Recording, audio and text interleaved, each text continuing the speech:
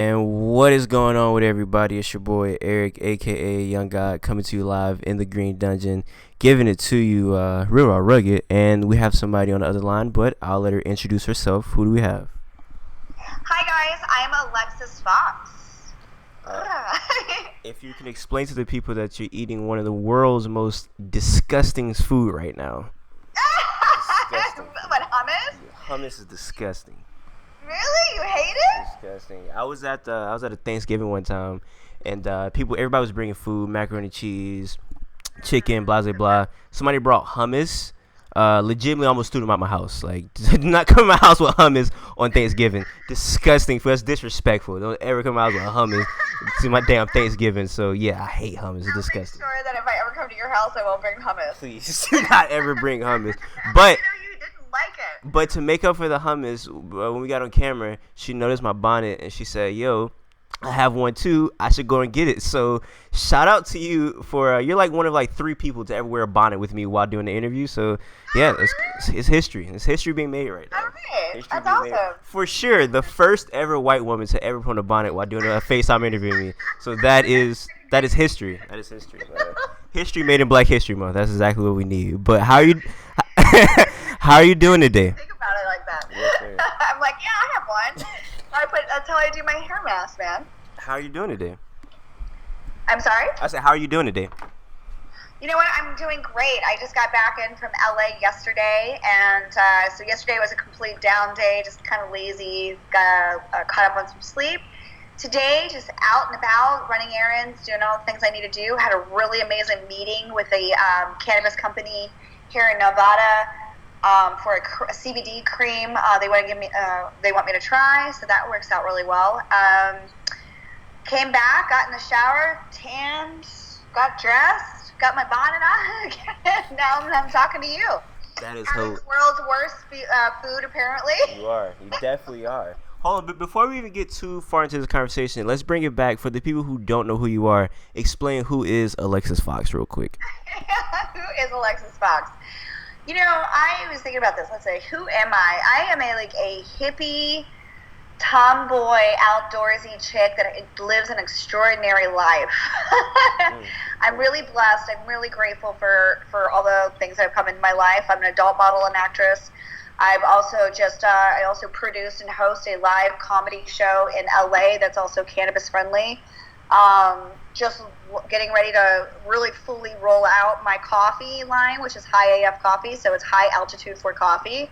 So that's coming out shortly, and working on a women's line that's going to be THC, CBD, and ratio 1-to-1 for sensual wellness. Like your lubrications, some bath soaks and stuff, make a woman feel really beautiful for her and her man. To get down and have a little fun. It sounds like you're into a lot. So so how, like, what made you want to not just be confined to one thing and be the comedy, porn, cannabis things? Like, what made you want to do so many other things and not just be confined to one thing? Because a lot of people feel comfortable just being satisfied with one thing. So what makes you want to be, so open to a lot of doors? I think it comes from having a creative mind. You have really good business people and you have really good creative people, and I'm definitely on that creative edge. I love I love art. I love I could spit out ideas and creative things all day, and they have such a zest for life, and I love it so much that I see I get an opportunity and I say yes, because to me what people consider failures is sometimes your best and most learning experience. You not only learn whatever subject matter you might have had a mistake, quote unquote mistake or failure, but you also learn about yourself in a much deeper way. You learn how to handle different problems. And then you also can, if this is something that you need to move on, then you know where you need to go to next to create something better and that's not going to fail. So you just have to say yes to opportunity. I don't think we are living in a time where people can just have one type of. It's very far between with people with just one type of hustle. I think when you're an entertainment, because you never know what the fuck's ever going to happen. We could have an industry shutdown. This could happen. That could happen. You gotta know where all your ducks are. And so, in someone like me, I can't sit still, so I'm not going to just be in one thing. I'm going to take my passions and the things that I truly love and really enjoy, because I'm never going to work a day in my life. I'm going to take those passions and I'm going to make them work for me. So I love coffee. Boom. I love my cannabis. Boom. I love what I do. I'm a sexually free fucking woman. Boom. You know, like put it all together, and you can be creative within that, in that time zone. And I make sure that I have that space to do that. I learned a long time ago, I either read it somewhere or I don't know. I can't remember where I got it from, but you can capitalize on your strengths. You know, you look at your strengths and work on those. I think like don't sit around like diddly-dallying your weaknesses all the time, because while you're so focused on that, your strengths are going to eventually come out to mediocre, or you're no longer going to possess those skills.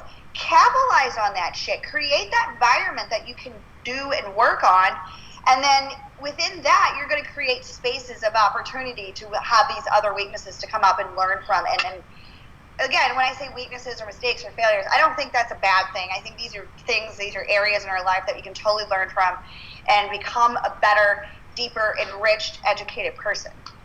Did I answer you? You did. I could tell you're really creative, because I can see there's like so many ideas going through your head. Like you talk a lot, you're so animated, and I think that is beautiful. It's not a bad thing at all. Like I can see if it's like God forbid, like somebody ever try to kidnap you, you would just be like all over the place. Like, why are you doing this? Why are you doing that? It's like, hey, get out of my damn car. I don't want to kidnap you no more. I can see you just going crazy. Like you are really like, you're fascinating, and we've been talking for 5 minutes. Is this always like this, like for your whole life, or is this something that you had to find to be creative, or you just came out the womb with just creative juices flowing? I think in the time period where I grew up in the town, like my small town that I grew up in, the family I grew up in, and stuff like that, you know, I grew up with the mentality of like, you got to get this specific type of science degree and get this type of job, and art and that type of thing wasn't nurtured. So I had all that creative energy, but I didn't have anywhere to go with it. You know, I didn't know what the fuck it was. So it comes out in angst, you know, a rebel without a cause. You you do other things. You put other substances in your body because you're just kind of like medicating this rampant. I'm a high energy person. Yeah. That comes from just, like I said, I have such a zest for life. And then, you just don't know where to do it. So you try to drown out all that, or at least I did, because I didn't know what to do with it. And then as I became more comfortable with myself and just grew up and hit some hard fucking times, which gave me the opportunity to look deeper within myself and getting really comfortable with that person, with who I am, then being the authentic me is easy. And it's okay. I'm here to make myself happy. I'm here to make my universe happy, make myself happy. And in the meantime, while you're making yourself happy, you do make people around you happy. Yeah. It's like what you put out there, you're definitely going to receive. No, I would agree. And if you're not making the people around you happy while you're happy, then those people probably aren't there for you, because they're out for external needs and whatnot. And I think it's really interesting, because you said that you're just being yourself. You're trying to be yourself. In 2019, I told myself, even though I'm always 100% Eric, I want to be more of myself, because I feel like, there's a lot of like unwritten rules in America, in our society, that tells you to act a certain way if you're a gender or a race or whatever, because we're like in a constraint or whatnot. It's like it's like the uniform of America. You got to do certain things and whatnot. But I feel like everybody should just express the way they feel, because it's healthy. Like you said, it makes you happy. And if it's making you happy and it's not making other people around you happy, then those people aren't really for you. So that's how I feel. Yeah, absolutely. And if you also want to know like what kind of person you are, look at your 5 closest friends. Who do you spend most of your time around? Those 5 people that you spend most of your time around, that's who you are. I mean, you pick up on that. You know what I'm saying? So if you want to and what people also, if I can't stress this enough, we are creators of we're master creators of our own reality. At any given time and moment, you can change the shit going on around you by changing the attitudes towards it. You have that ability. You have that love and light inside of you, and that's what you need for it to guide you. Now, no, I actually I interviewed, what was this, like December? I interviewed Lena Paul, and we talked about like crazy stuff. And her being in the adult industry, just like you, we talked a lot about sex. Go figure. And something interesting that I want your opinion on is I guess like in the past couple more years, there's been a lot of like freedom of sexuality and just like promoting sex and things like that. So what exactly is your opinion on the like the new movement of just expressing freedom of sexuality or whatnot? I think it's great. I think it's great for women to own their sexuality for once. Like own their little sluttiness, if per se, if you want to use the word slut, like fuck, it doesn't shame me one bit. To own that sexuality, I think, is alone beautiful, and I think is more women, more men should as they are owning it, that also will make couples more open to communicate what their sexual needs and wants are. Because if they're not communicating that, I mean, let's think about it. Is there anything more intimate than sex when you're really open? Yeah. How often, like, I mean, are you just super easy to sit down with your partner and be like, okay, well, this is the kind of things I like and don't like? I mean, how many times do we even have that fucking conversation? We just go for it like, well, this worked last time, so let me go in there. And it may not. Like, every woman is different. Every man is different. Like, we don't always know. So if you're starting to have those great sexual, intimate conversations, you're probably going to have a much better relationship overall. Because, I mean, you got to get to the intimate parts. Get over fear. It's interesting that you say there's really nothing more intimate than sex, right?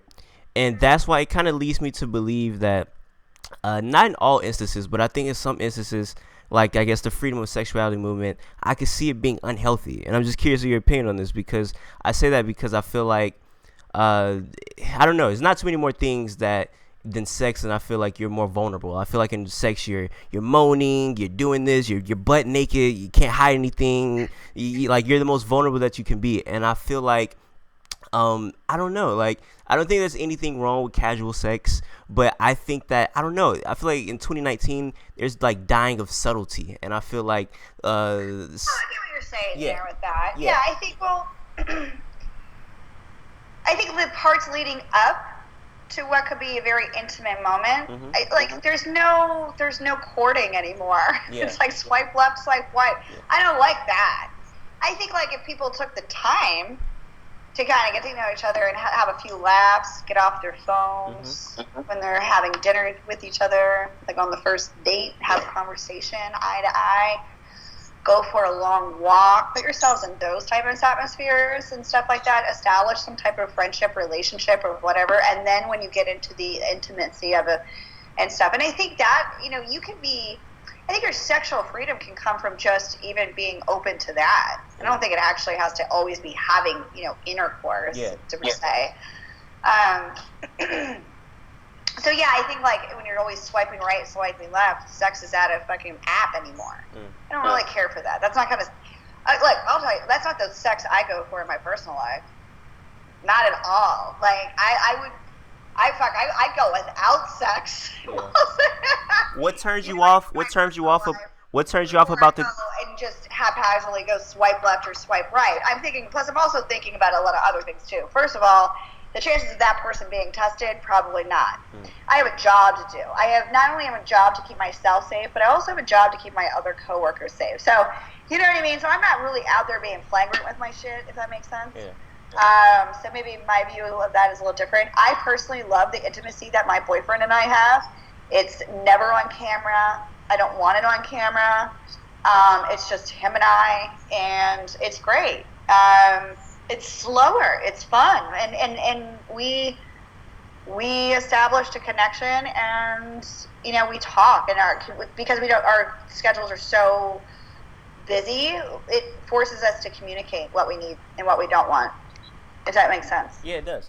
And I was gonna say a lot of things that I think are like that sexual conversation that is probably the most intimate, because anybody can have sex and put things together, but to be open and be able to tell someone what you like and what you don't like sexually, because maybe you're also trying to figure that out on your own and maybe not even understanding it, that conversation is probably the most intimate one or intimate setting that you could possibly have. No, you're right, because that's when you have to be vulnerable. Yeah, I was gonna say that's when you're really vulnerable. Like for a guy, like if you're into pegging, like for you to tell a girl, like, hey, I went in my booty tonight, like that's the most vulnerable you could get.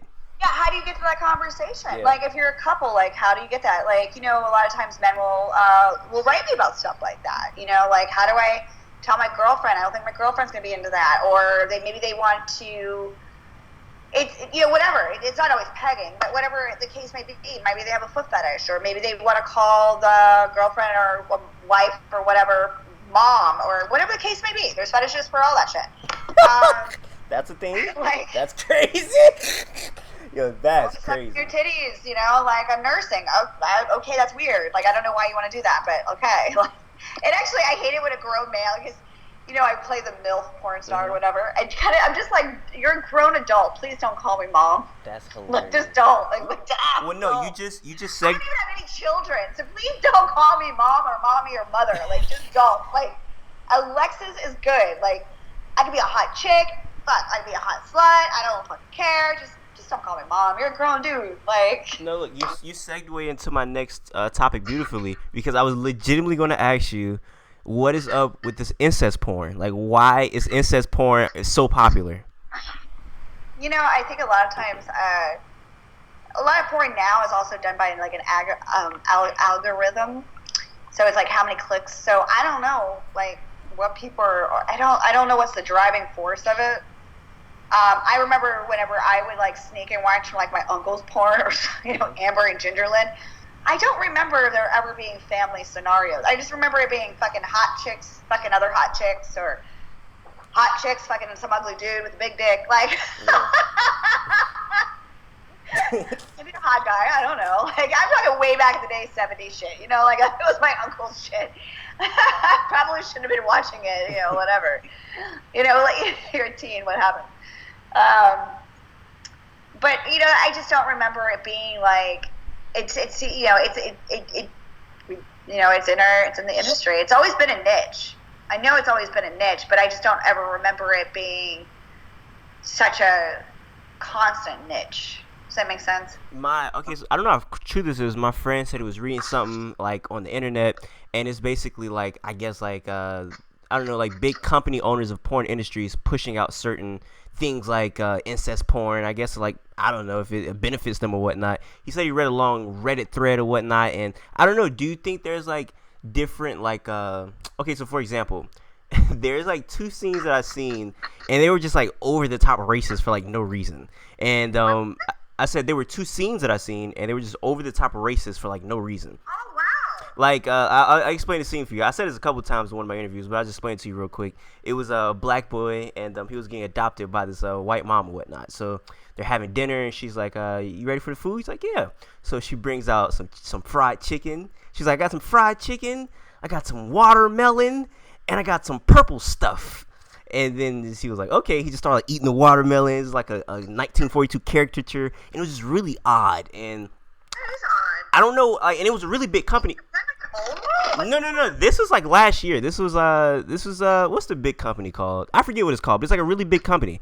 And I don't know. It was like, why do you think Bang Bros? That's what it was. I don't understand. Like, I don't know. Like, do you think there's certain agendas being pushed in porn? Oh, I have no idea. I mean, all I know is that there's an algorithm. What's that? Yes. Because that's we'll get scripts, and it's and you can tell like all the search words are like like, okay, this doesn't make sense. Why am I going to do this here and there? Yeah. But I've never been on set when that happened. I wouldn't have been comfortable with that scenario. And as a performer, you have the right to say, I'm not cool with this, or whatever. I mean, everybody has their different boundaries or whatever, and blah blah blah blah blah. I don't really know. Like, I don't know who would be the driving force of that. I mean, I think it could be, I guess maybe we live in like a very clickbait era, so I guess whatever. I didn't even know that scene went out. I'm like, when the fuck was that time? And it was another scene. It was like it was when the dude Eric Gardner, he got killed for selling the cigarettes, and it was an I Can't Breathe movement going on, and they like mocked the I Can't Breathe. Like, it was a girl like outside, and she wrote I Can't Breath, and she spelled it wrong. And it was like, you can't spell it, and it was really weird. And I was like, what? Who's co-signing this? It's really weird stuff. It's really weird stuff. Yeah, I mean, because they have script writers and stuff like that, and they all go under like an alias too. So I wouldn't even know who would write that kind of shit. You know what I mean? I don't know. Why do the script writers go under an alias? Huh? I said, why do script writers go under aliases? So do directors and other people. Everybody on set goes by some kind of other name because they're just a writer. It's just like an author of a book. They're still going under, like, Stephen King isn't even really Stephen King. Yeah, okay, that makes sense. That's you know what I mean? Still, they looked at it as like an author of alias or whatever that they call it. But I don't know really what the driving force is. I don't know who's clicking who. I don't know if because there've just been such an influx of the incest porn or anything like that now, like, that's what everybody is clicking, and so it looks like the algorithm is hitting that. Who fucking knows? Yeah. I really don't. I really, really don't.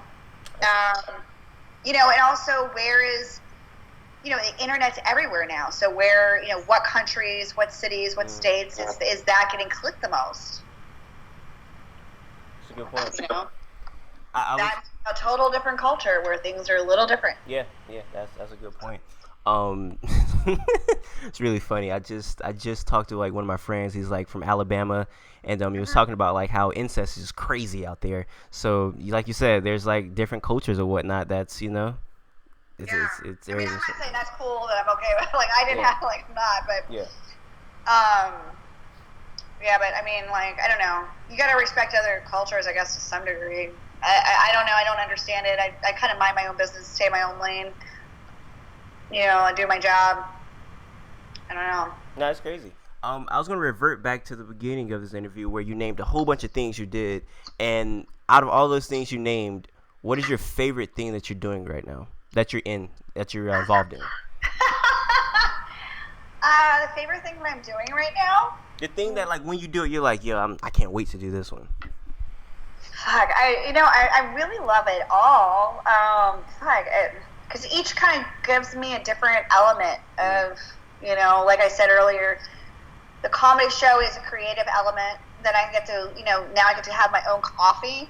And I'm working on deals with getting, hopefully, the coffee in even cannabis lounges in Europe, which is really cool because my coffee is not infused. It's just regular coffee. So it can be shipped everywhere.